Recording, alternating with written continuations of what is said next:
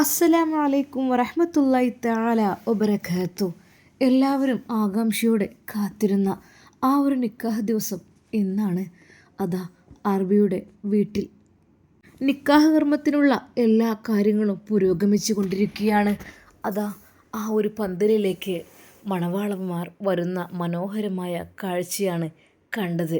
അതെ, നമ്മുടെ തലാൽ അൽ ഹർബിയും നമ്മുടെ അജ്മലും പുതുമണവാളനായി അണിഞ്ഞൊരുങ്ങിയിരിക്കുന്ന ആ ഒരു മനോഹരമായ കാഴ്ച. അതെ, പുതുമണവാളനായി ഇറങ്ങുമ്പോൾ അതാ അറബിയമ്മയുടെ മുമ്പിലേക്ക് തലാൽ വരുമ്പോൾ അറബിയമ്മയുടെ ഹൃദയം പിടക്കുകയാണ്. അവരുടെ കണ്ണുകൾ നിറഞ്ഞൊഴുകുകയാണ്. മോനെ, ഉമ്മ, എന്നാൽ ഞാൻ ഇറങ്ങട്ടെ.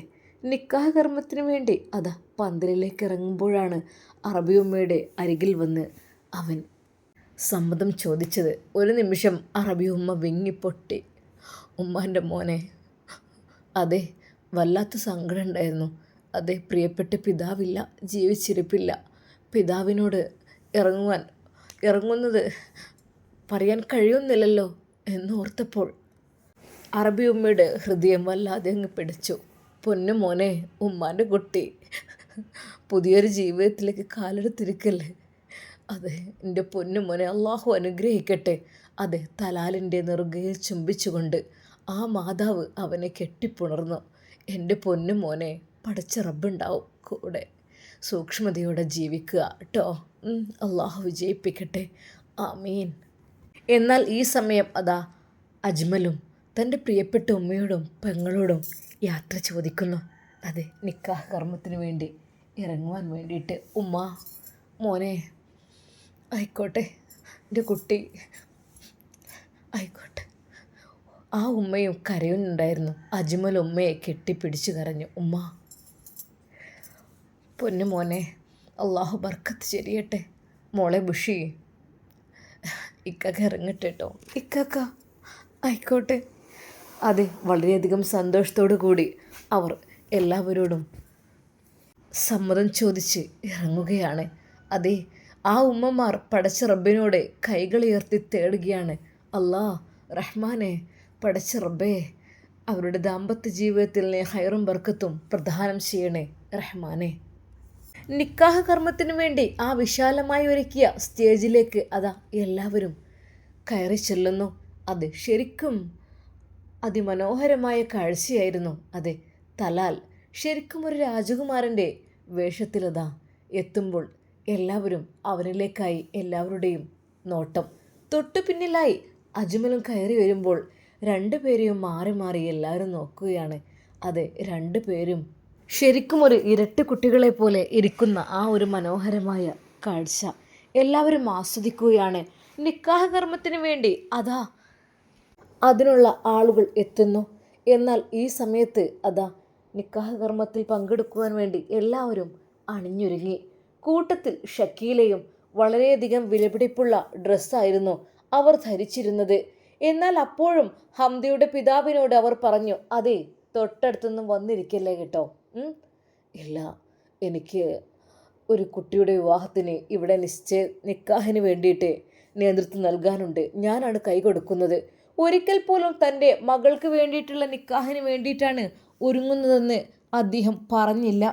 അതെ, ശരിക്കും അവൾ അപ്പോഴും പറഞ്ഞത് അത് തന്നെയായിരുന്നു. അല്പം നിങ്ങൾ എൻ്റെ അടുത്ത് നിന്ന് മാറി നിൽക്കണം, എൻ്റെ അരികിലേക്ക് വരരുത്. കണ്ടില്ലേ നിങ്ങളുടെ വസ്ത്രവും എൻ്റെ വസ്ത്രവും തമ്മിലുള്ള വ്യത്യാസമൊക്കെ. ഹോ, അതെ, ഇത് അല്പം ക്യാഷ് ഇറക്കി വാങ്ങിയതാണ്, അല്ലാതെ നിങ്ങളെ പോലെ.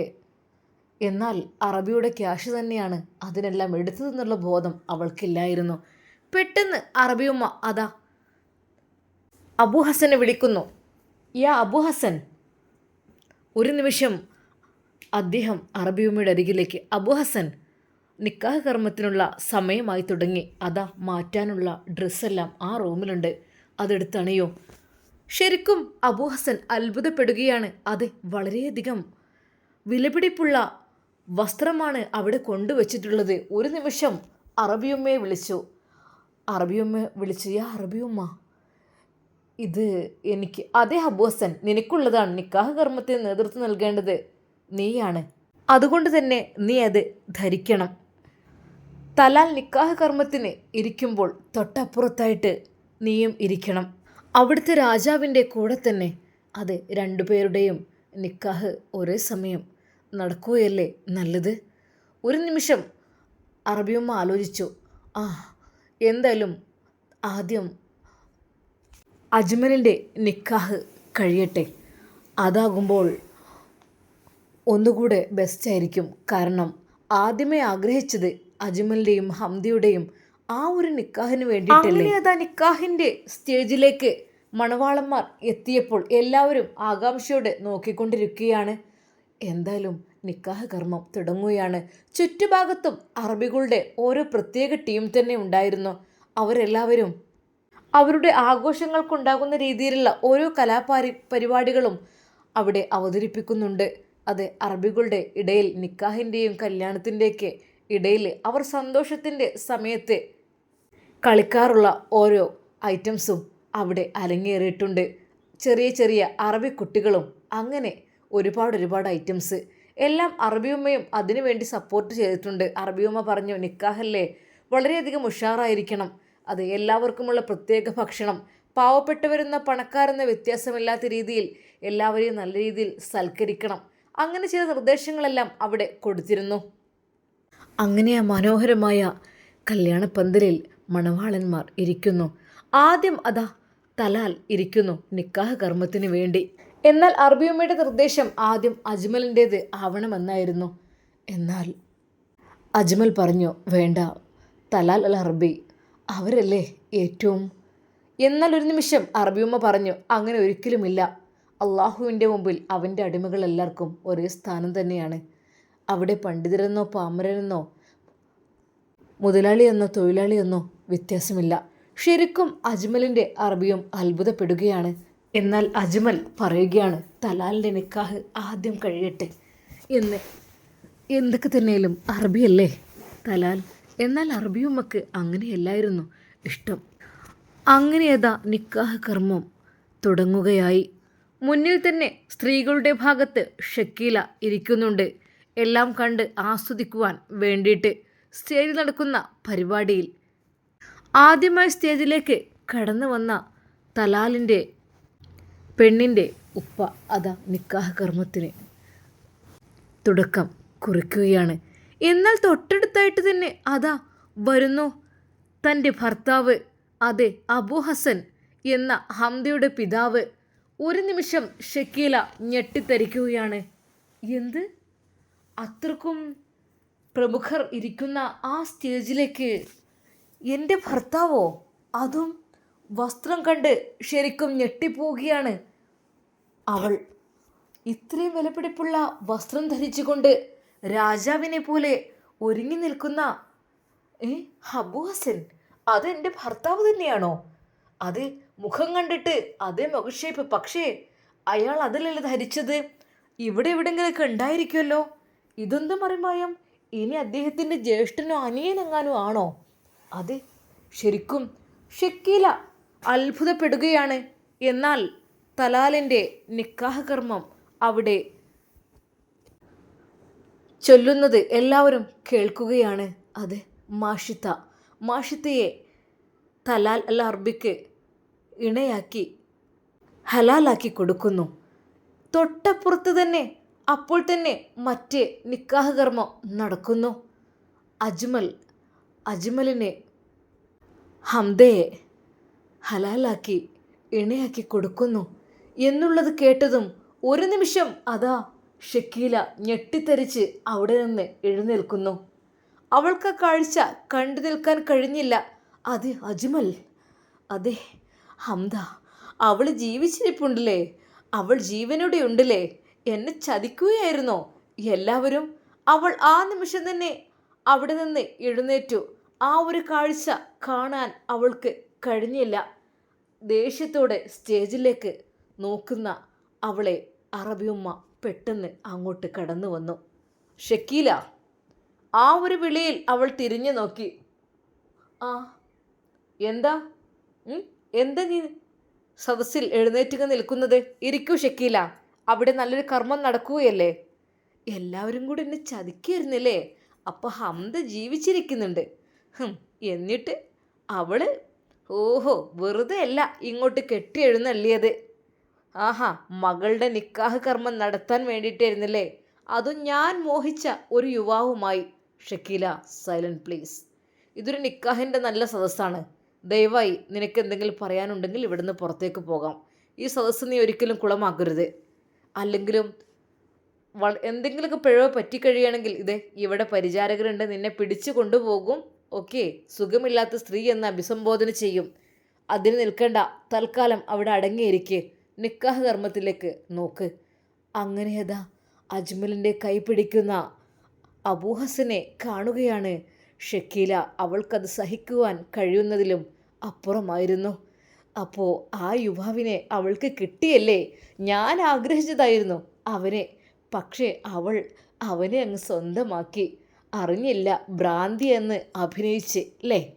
ഹോ, കഷ്ടം തന്നെ. ദേഷ്യം അമർത്തി പിടിച്ചുകൊണ്ട് പതുക്കെ അവിടെ തന്നെ ഇരുന്നു. അറബിയുമ്മ തൊട്ടടുത്തുണ്ട്. Relax, cool down Shakeela. നിന്റെ മനസ്സിനെ പാകപ്പെടുത്തു. നിന്റെ ഭർത്താവിൻ്റെ ആദ്യ ഭാര്യയോടുണ്ടായ മകളാണവൾ. അവൾക്കും വേണം നല്ലൊരു ജീവിതം. ആ നല്ലൊരു ജീവിതത്തിൻ്റെ ദൃശ്യാവിഷ്കാരമാണ് നീ ഇവിടെ കണ്ടുകൊണ്ടിരിക്കുന്നത്. അതെ, അവർ വിവാഹിതരാവുകയാണ്. അപ്പോൾ ഹംദ, നിങ്ങളെല്ലാവരും ചതിക്കായിരുന്നില്ലേ? വീണ്ടും അത് പറഞ്ഞപ്പോൾ ഇല്ല ഷക്കീല, അള്ളാഹു സുബ്ഹാനഹു വ തആലയെ നിനക്കറിയില്ലേ? അവനുണ്ടാകുമ്പോൾ അവൻ വിചാരിച്ചത് നടക്കൂ.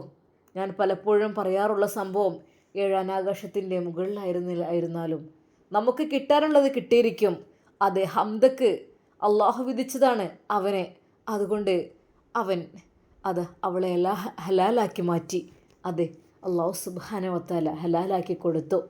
എന്താ, നിനക്കെന്തെങ്കിലും പറയാനുണ്ടോ ഷക്കീല? ഇല്ല, എനിക്കിത് സമ്മതിച്ചു കൊടുക്കാൻ കഴിയില്ല. ഏയ് ഇല്ല, ചതിയിൽ എന്നെ നിങ്ങളെല്ലാവരും പെടുത്തി. അതെ, ഞാൻ അറബിക്ക് വേണ്ടി അവളെ കൊടുത്തതായിരുന്നു.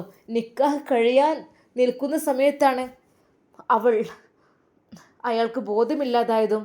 ഒരു നിമിഷം അവിടെ നിന്ന് എഴുന്നേറ്റ് നേരെ ഫോൺ വിളിക്കുന്നു. അറബിയോട് വിളിച്ച് വിവരം പറയുവാൻ വേണ്ടിയിട്ടാണ് പറയുന്നത്. അതെ, നിങ്ങളുടെ ഭാര്യയാകാൻ പോകുന്ന പെണ്ണെ ഇവിടെ ഇതാ നിക്കാഹ് കർമ്മത്തിന് വേണ്ടി ഒരുങ്ങിയിരിക്കുന്നു എന്നുള്ളത് പറയുവാൻ വേണ്ടി ദേഷ്യത്തോടെ ഫോൺ എടുക്കുന്നു. ആർക്കാ ഷക്കീല് വിളിക്കുന്നത്? അറബിയുമ്മ ചോദിക്കുന്നു. അതെ, അത് അവളെ ആദ്യം വിവാഹം കഴിച്ചു കൊടുത്തിരുന്നു ഒരാൾക്ക്. അവിടെ നിന്നുള്ള ചാടിയതാണ്. വിവാഹം കഴിച്ചു കൊടുത്തോ? ഇല്ലല്ലോ. നിക്കാഹിന് വേണ്ടി ഇരുത്തിയതാണ് അവളെ. ഓ, എന്നിട്ട് നിക്കാഹ് നടന്നു? നിക്കാഹൊക്കെ നടന്നിക്കണ്. അവൻ്റെ കൂടെ ഒരുപാട് ജീവിച്ച് ചെയ്തിക്കണ്. ചതിക്കാണ് ചെയ്യണത്. ചതിയാണ് അവൾ ചെയ്യുന്നത് അജ്മലിനോട്. അതെ, അജ്മലിനെ ചതിക്കുകയാണ്. അവളുടെ വാക്കുകൾ അങ്ങനെ പുലമ്പിക്കൊണ്ടിരുന്നപ്പോൾ പെട്ടെന്ന് അറബിയമ്മ, ഏയ് ഷക്കീല, പിന്നോട്ട് നോക്ക്. ഒരു നിമിഷം അവൾ ഞെട്ടിപ്പോയി. എന്താ? അതെ, ഉമ്മുൽ ഖൈർ. അതെ, അയാളുടെ ഭാര്യ ഉമ്മുൽ ഖൈർ തൊട്ട് പിന്നിലായിട്ടുണ്ട്. നീ എങ്ങനെ ഇവിടെ എത്തി? നിന്നെയും വിളിച്ചോ ഇങ്ങോട്ട്? അതെ, എൻ്റെ മോൻ ഷാമിലാണ് എന്നെ വിളിച്ചത്. അതെ, അറബി ഉമ്മയും. ഓഹോ, അപ്പം നിങ്ങളെല്ലാവരും കൂടി നിൻ്റെ ഭർത്താവ് കെട്ടിയ പെണ്ണല്ലേ അത്? അവളെയല്ല അവൻ കെട്ടുന്നത്? എൻ്റെ ഭർത്താവ് അങ്ങനെ കെട്ടിയിട്ടില്ലല്ലോ. അപ്പോഴേക്കും അള്ളാഹുവിൻ്റെ അനുഗ്രഹം കൊണ്ട് അയാൾക്ക് ബോധം നഷ്ടപ്പെട്ടല്ലോ. എന്താ? ഒരിക്കലുമില്ല, ഞാനാണ് ഹംദയെ രക്ഷിച്ചത്. എന്താ എടീ എന്ന് പറഞ്ഞുകൊണ്ട് അതാ അവളുടെ നേർക്ക് ഷക്കീൽ ഇളകുന്നു. പെട്ടെന്ന് അറബിയമ്മ, സ്റ്റോപ്പ്. എന്താ ഇവിടെ? എന്താ നിന്റെ കലി തീർക്കുന്ന സ്ഥലമോ? നിനക്ക് ഇവിടെ ഇഷ്ടമില്ലെങ്കിൽ ഈ നിമിഷം വിട്ടു പോകാം ഇവിടെ നിന്ന്. പക്ഷേ അല്പം കഴിഞ്ഞ് കുറച്ച് കാര്യം കൂടെ ബാക്കിയുണ്ട്. അതെ, നിനക്ക് മഹർ ചാർത്തുന്ന കാണണ്ടേ? ഒരു നിമിഷം ഷക്കീല എന്ത് ചെയ്യണമെന്നറിയാതെ ആകെ ദേഷ്യപ്പെട്ടു. അവൾക്ക് സ്വയം നിയന്ത്രിക്കാൻ പറ്റാത്ത രീതിയിൽ അത് ദേഷ്യത്തോടെ തൻ്റെ ഭർത്താവിനെ രൂക്ഷമായി നോക്കി. അത് സ്റ്റേജിൽ നിന്ന് ഇറങ്ങട്ടെ, എന്നിട്ട് വേണം അവൻക്കുള്ളത് കൊടുക്കാൻ എന്ന് കരുതി അവൾ പല്ലുറുമ്പി. പെട്ടെന്ന് അത് അറബിയുമ്മ, ഷക്കീല, ഞാൻ പറഞ്ഞല്ലോ, നീ എത്ര ദേഷ്യപ്പെട്ടിട്ടും കാര്യമില്ല. അതെ, എല്ലാം നടക്കാനുള്ളതാണ്. നീ എത്രയൊക്കെ തന്നെ പരാജയപ്പെടുത്താൻ ശ്രമിച്ചാലും സത്യം വിജയിക്കുക തന്നെ ചെയ്യും. ഒരുപാട് കഷ്ടപ്പെടുത്തിയില്ലേ ആ കുട്ടിയെ? ഇതെങ്ങാനും പുറം ലോകം അറിഞ്ഞു കഴിഞ്ഞാൽ നിനക്ക് പുറം ലോകം കാണാൻ കഴിയോ? അറിയില്ല. നീ ഒരുപാട് തെറ്റുകുറ്റങ്ങൾ ചെയ്തതാണ്. അതിനെല്ലാമുള്ള ശിക്ഷ നിനക്ക് ഒരുമിച്ച് ലഭിക്കും. നീ ആ ജയിലിൻ്റെ ഇരുട്ടറയിൽ കിടന്ന് നിരകിക്കേണ്ടി വരും. അങ്ങനെയാണ് ഒരു പെൺകുട്ടിയെ, അതും ഒരു അറബി പെൺകുട്ടിയെ നീ ചെയ്തത്. ഒറ്റക്ക് ആ പെൺകുട്ടിയെ അത് എത്ര മാസം വീടിനുള്ളിലിട്ട് പൂട്ടിയിട്ട് ഉപദ്രവിച്ചു? ഒരു നിമിഷം അത് കേട്ടപ്പോൾ ഷക്കീല ഞെട്ടിപ്പോയി. അത് അങ്ങനെയൊന്നുമില്ല. ആര് പറഞ്ഞു? എല്ലാത്തിനും തെളിവുണ്ട്. അറബിയുമ്മ അജ്മൽ നൽകിയ ആ ഒരു ഡയറി അതുയർത്തി കാണിച്ചു. എല്ലാം ഇതിലുണ്ട്. എന്താ നിനക്ക് ഇനി എന്തെങ്കിലും പറയാനുണ്ടോ? ഈ ഡയറിയിൽ ഹംദ എഴുതിയ ഓരോ വാക്കുകൾ, നീ ഉപദ്രവിച്ചത് എല്ലാം ഇതിലടങ്ങിയിട്ടുണ്ട്. ഈ ഒരൊറ്റ ഡയറി മതി നിന്നെ പോലീസ് കൊണ്ടുപോകാൻ. ഒരു നിമിഷം ഷക്കീലയുടെ നാവിറങ്ങിപ്പോയി. എന്ത് പറയണമെന്നറിയാതെ, അതെ ഹംദ, അവളും എന്നെ ചതിക്കുകയായിരുന്നു അല്ലേ എന്നുള്ള രീതിയിൽ രൂക്ഷമായി അവൾ നോക്കി. എന്നാൽ അവിടെ നിന്ന് എഴുന്നേറ്റ അറബി പറയുന്നു, അതെ ഷക്കീല, നീ ഇവിടെ ഇരുന്നേ പറ്റൂ. അതെ, മഹർ ചാർത്തുന്ന കർമ്മം അത് നീ കാണണം. അത് കണ്ടതിന് ശേഷം മാത്രമേ ഇവിടെ നിന്ന് നിനക്ക് പുറത്ത് പോകാനുള്ള അധികാരമുള്ളൂ. ഓക്കെ, ഇവിടെ ഫുൾ ക്ലോസ് ആണ്. മനസ്സിലായല്ലോ? നിസ്സഹയായി ഷക്കീല ഒന്നും പറയാതെ ഞെട്ടി. അതെ, ഞാൻ ചെയ്ത കാര്യങ്ങളെല്ലാം ഇവിടെ എല്ലാവരും അറിഞ്ഞിട്ടുണ്ട്. ഏത് നിമിഷവും എന്നെ പിടിച്ചു കൊണ്ടുപോകും എന്നുള്ള ഭയത്താൽ അവൾ ദേഷ്യവും സങ്കടവും കൊണ്ട് അവിടെ ഇരുന്നു. ഇൻഷാ അല്ലാഹ് നമ്മുടെ അജ്മൽ ഹംദയുടെ കഴുത്തിലും അതുപോലെ തലാൽ അൽ അറബി മാഷിത്തയുടെ കഴുത്തിലും മഹർമാല അണിയിക്കുന്ന മനോഹരമായ നിമിഷങ്ങളിലേക്ക് നമുക്ക് കാത്തിരിക്കാം. അതിനുവേണ്ടി ഇൻഷാ അല്ലാഹ് നമുക്കിതിൻ്റെ ബാക്കി ഭാഗം നാളെ കാണാം. അതുവരേക്കും എല്ലാവർക്കും അസ്സലാമു അലൈക്കും വറഹ്മത്തുള്ളാഹി തആല വബറകാതുഹു.